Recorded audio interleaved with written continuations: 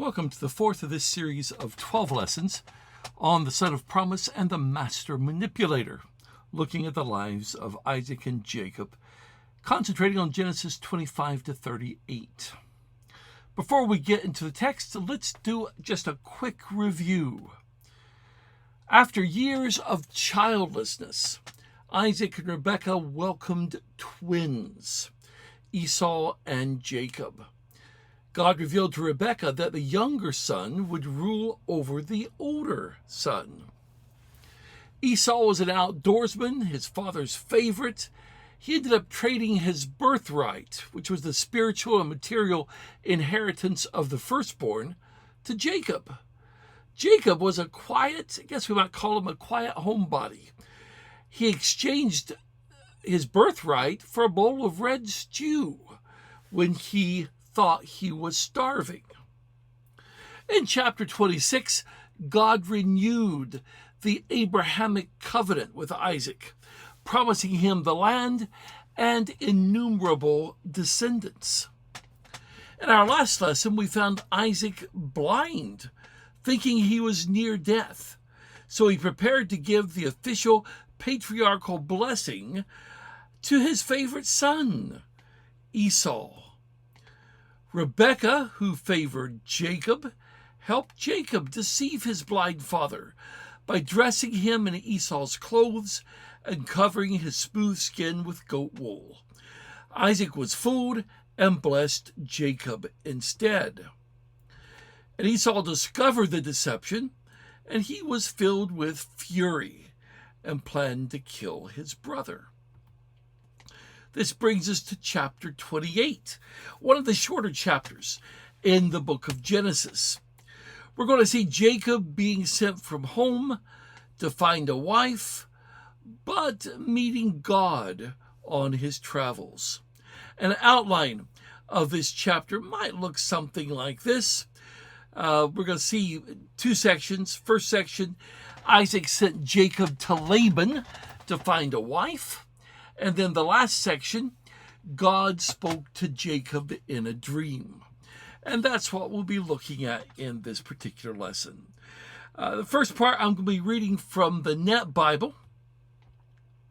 And we're actually starting in verse 46 of chapter 27, because that's where this incident really starts. Then Rebekah said to Isaac, "I'm deeply depressed because of the daughters of Heth. If Jacob were to marry one of these daughters of Heth who live in this land, I would want to die." So Isaac called Jacob and blessed him. Then he commanded him, "You must not marry a Canaanite woman. Leave immediately for Paddan Aram. Go to the house of Bethel, your mother's father, and find yourself a wife there among the daughters of Laban, your mother's brother. May the sovereign God bless you. May he make you fruitful and give you a multitude of descendants. Then you will become a large nation. May he give you a multitude of descendants. May he give you and your descendants the blessing he gave to Abraham, so that you may possess the land God gave to Abraham, the land where you've been living as a temporary resident." So Isaac sent Jacob on his way, and he went to Paddan Aram, to Laban, the son of Bethuel, the Aramean, and brother of Rebekah, the mother of Jacob and Esau. Esau saw that Isaac had blessed Jacob and sent him off to Paddan Aram to find a wife there. As he blessed him, Isaac commanded him, "You must not marry a Canaanite woman." Jacob obeyed his father and mother and left for Paddan Aram. Then Esau realized that the Canaanite women were displeasing to his father Isaac. So Esau went to Ishmael and married Mahalath, the sister of Nebaioth and daughter of Abraham's son Ishmael, along with the wives he already had. Then Rebekah said to Isaac,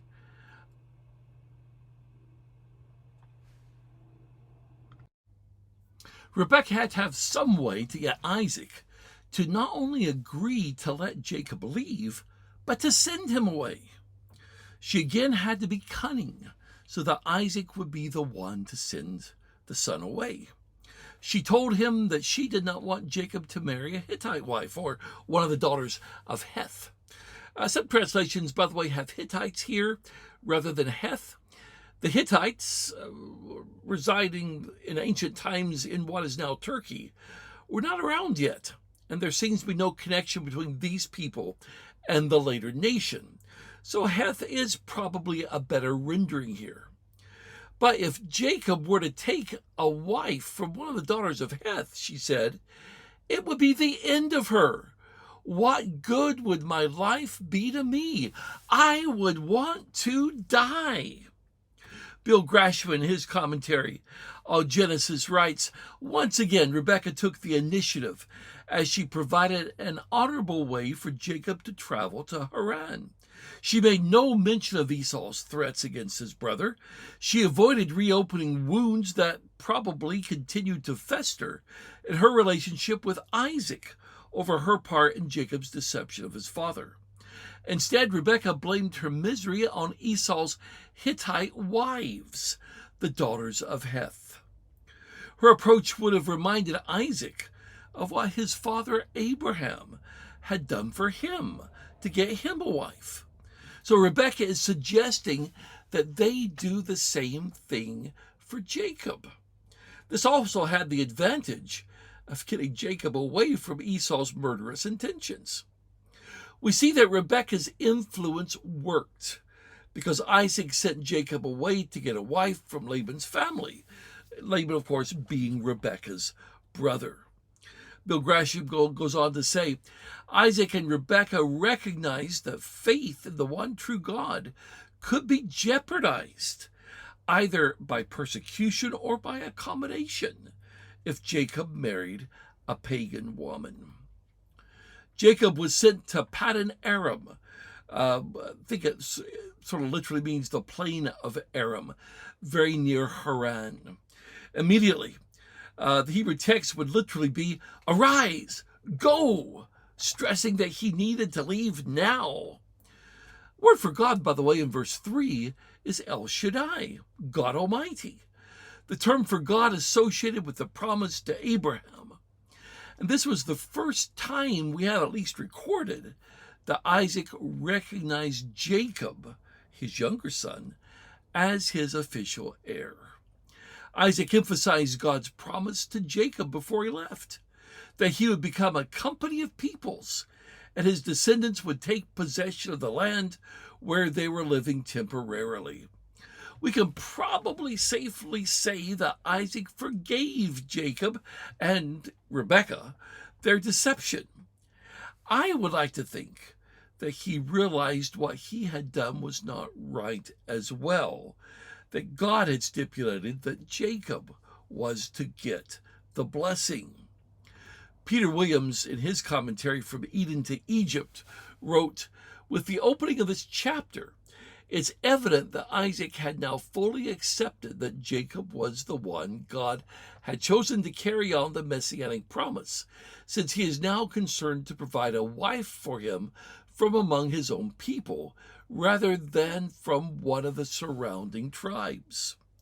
And Bill Grasham writes, this blessing also indicated that the elderly man now realized that the Lord had overruled his desires to make Esau the main recipient of the divine blessings.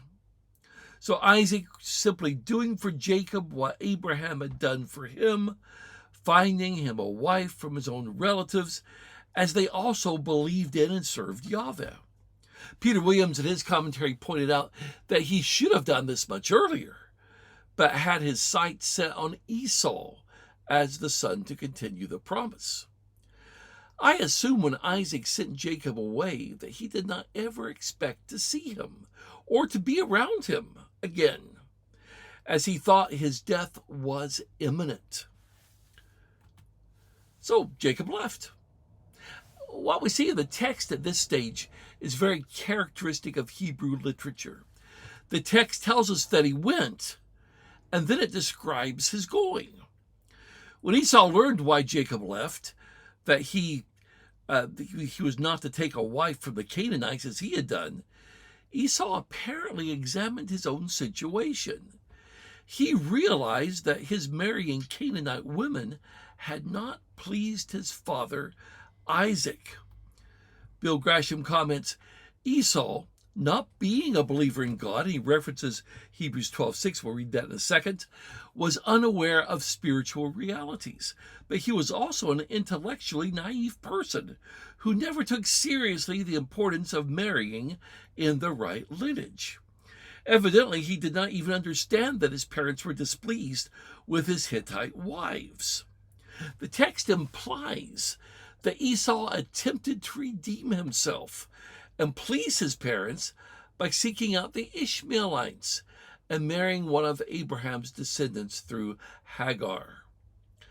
Hebrews 12:16, by the way, says, take care that no one be immoral or irreligious like Esau, who gave up his birthright for one meal.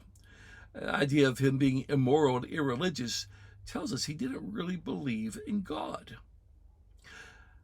Esau married a woman from Abraham's lineage, a daughter of Ishmael. Ishmael, by the way, would have already been dead by this time.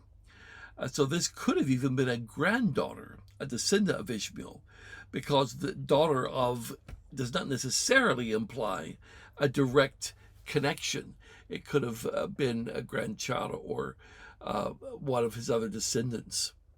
It would seem that he did this to try to get himself back into Isaac's good favor, although some have said that he did this to spite his parents even more. I think it's the former. A question that has come up as we've been teaching this that's worth revisiting here. Why was Jacob allowed an extended stay, later another, outside the promised land, when Isaac was not permitted to leave it even to find a wife? Because if you remember, Abraham sent a servant. Henry Morris suggested that Jacob needed to strengthen his character by being totally on his own and being forced to depend on God. Maybe that's part of the answer. And it could be that by that time their presence in the promised land was confirmed. It was now home, even when they were away. So no problem of them coming back. The narrative picks up in chapter 28 with verse 10. Jacob left Beersheba and went toward Haran. He came to a certain place and spent the night, for the sun had gone down. He took a stone to place under his head and lay down. He dreamed, and behold, a ladder was set up on the earth with its top touching heaven. And behold, God's angels were going up and coming down on it. And behold, Yahweh stood above it and said, I am Yahweh, the God of Abraham your father, the God of Isaac. I have given the land on which you are lying to you and to your seed. Your seed will be as the dust of the earth, and you will spread to the west and to the east and to the north and to the south. All the families of the earth will be blessed by you and your seed. And behold, I am with you and will protect you wherever you go, and I will bring you back to this land. I will not leave you until I have done for you that which I have promised. Jacob awoke from his sleep and said, surely Yahweh is in this place, but I did not know it. He trembled and said, how awesome is this place! This is none other than the house of God, and this is the gate of heaven. When morning came, Jacob took the stone that had been under his head and set it up for a memorial and poured oil on the top of it. He called the name of that place Bethel, the house of God, though the city was formerly called Luz. Then Jacob made a vow. If God will be with me and protect me on this journey, will give me food to eat and clothes to wear, and will bring me again to my father's house in peace, then Yahweh will be my God, and the stone which I have erected for a memorial will be the house of God. And of all that you give me, I will certainly give a tenth to you. So Jacob left Beersheba and traveled toward Haran.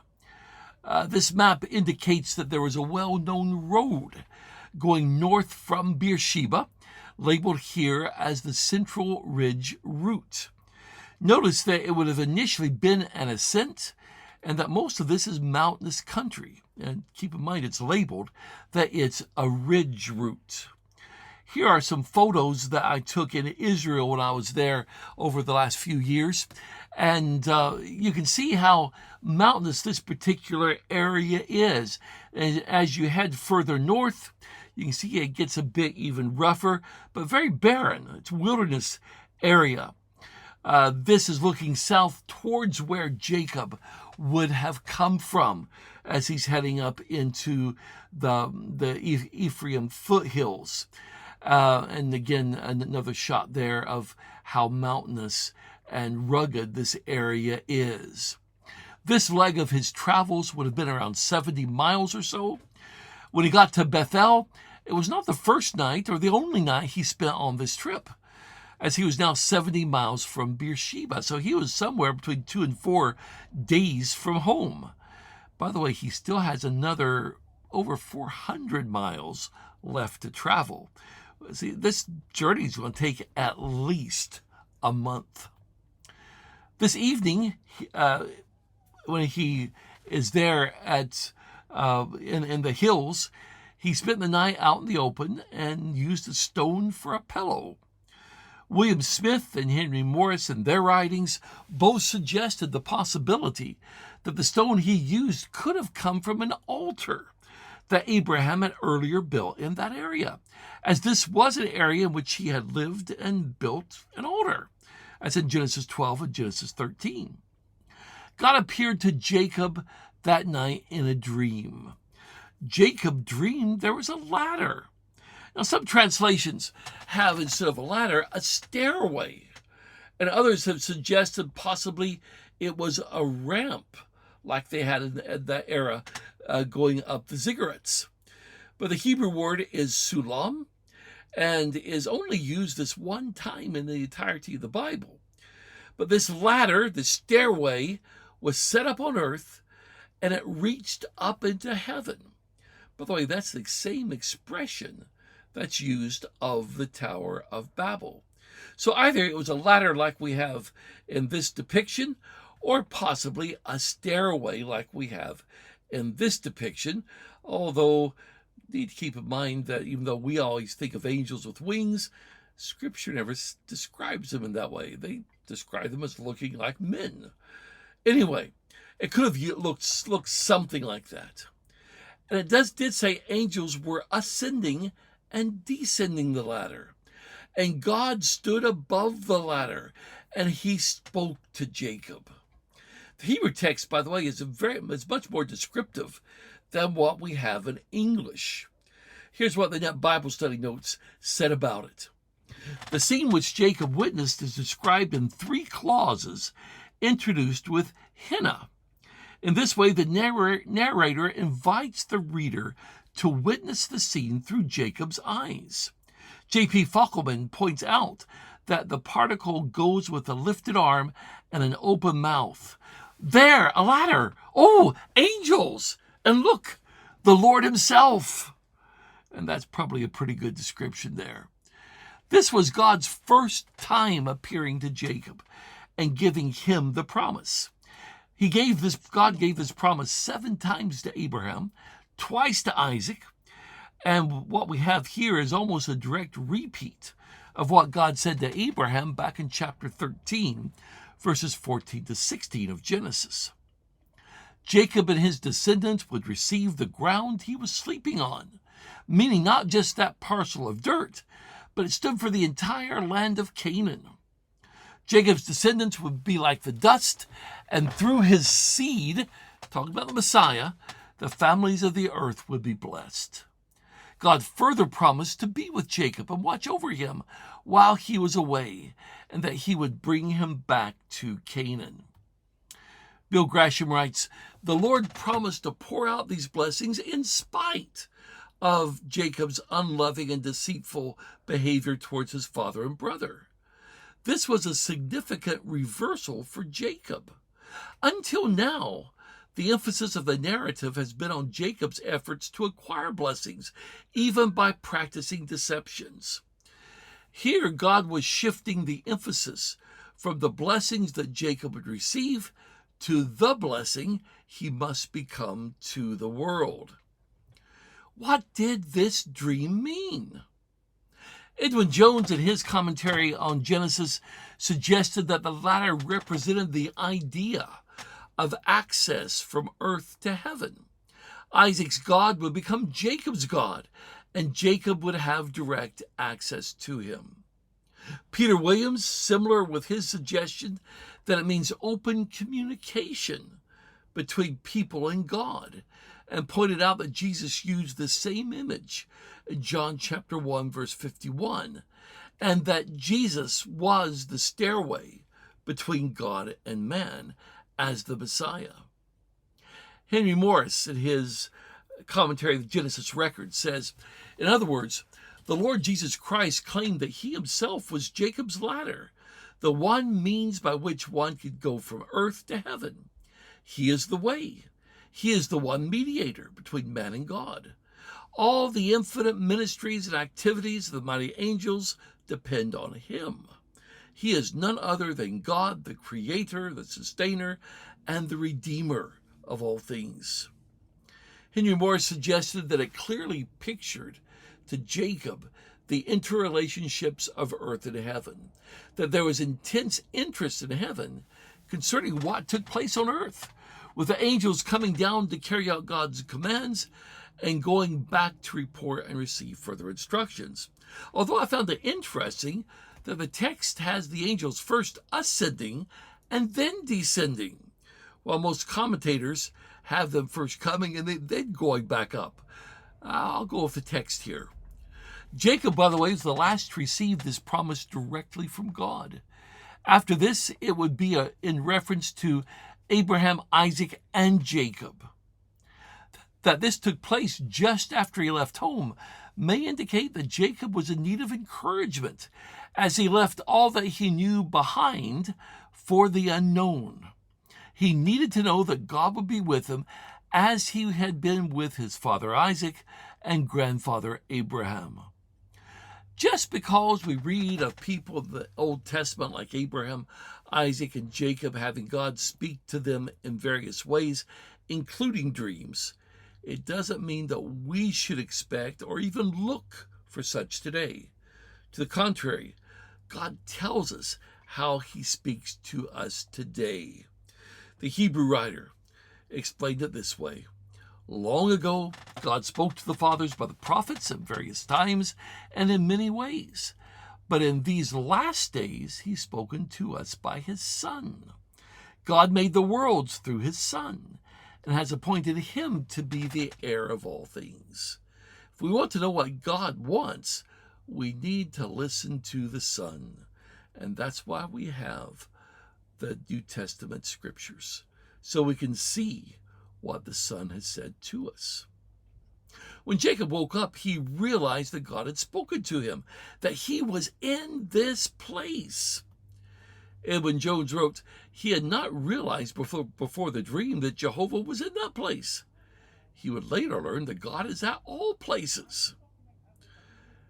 Jacob concluded that this was an awesome place. King James Version and the American Standard Version both have, this was a dreadful place. I have a feeling that's based on Old English. The Old English word is awful, A-W-E-F-U-L, and therefore became dreadful as well. So, but anyway, awesome place, I think is good. And that this was the house of God. This was the gate of heaven. This was a place where God meets people. Jacob got up early the next morning.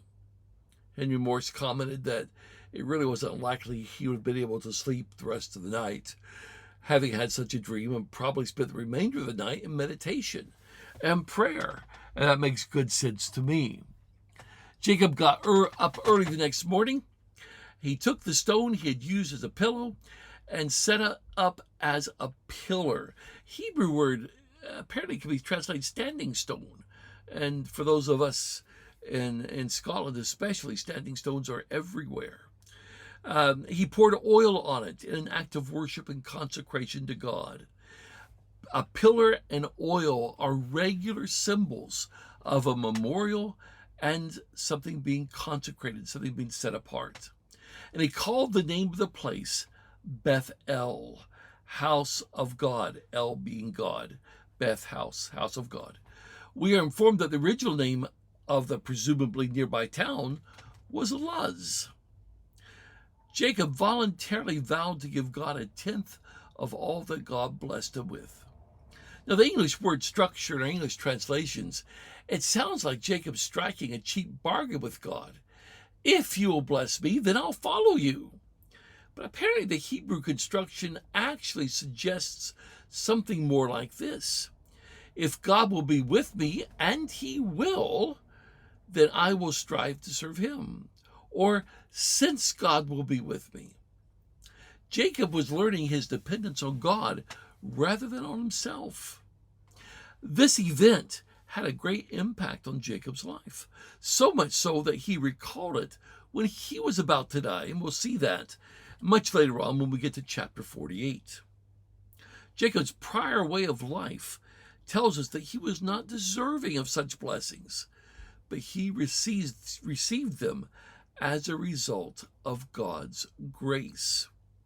Paul wrote in Romans chapter 3, if some were untrustworthy, will their faithlessness nullify God's faithfulness? No, indeed. Let God be true and every man a liar, as it is written, that you may be justified by your words and prevail in your judgment. And Edwin Jones commented, Jacob's way of life prior to the covenant confirmation witnessed here was most certainly not deserving of such blessings. This only serves to magnify the grace of God. God's promise to bless all the world through Abraham's seed would not be affected in the least by what men did. This covenant was unconditional. Christ would come, and salvation would be offered no matter what those in the working out of the plan would do. It doesn't depend on us, it depends on God.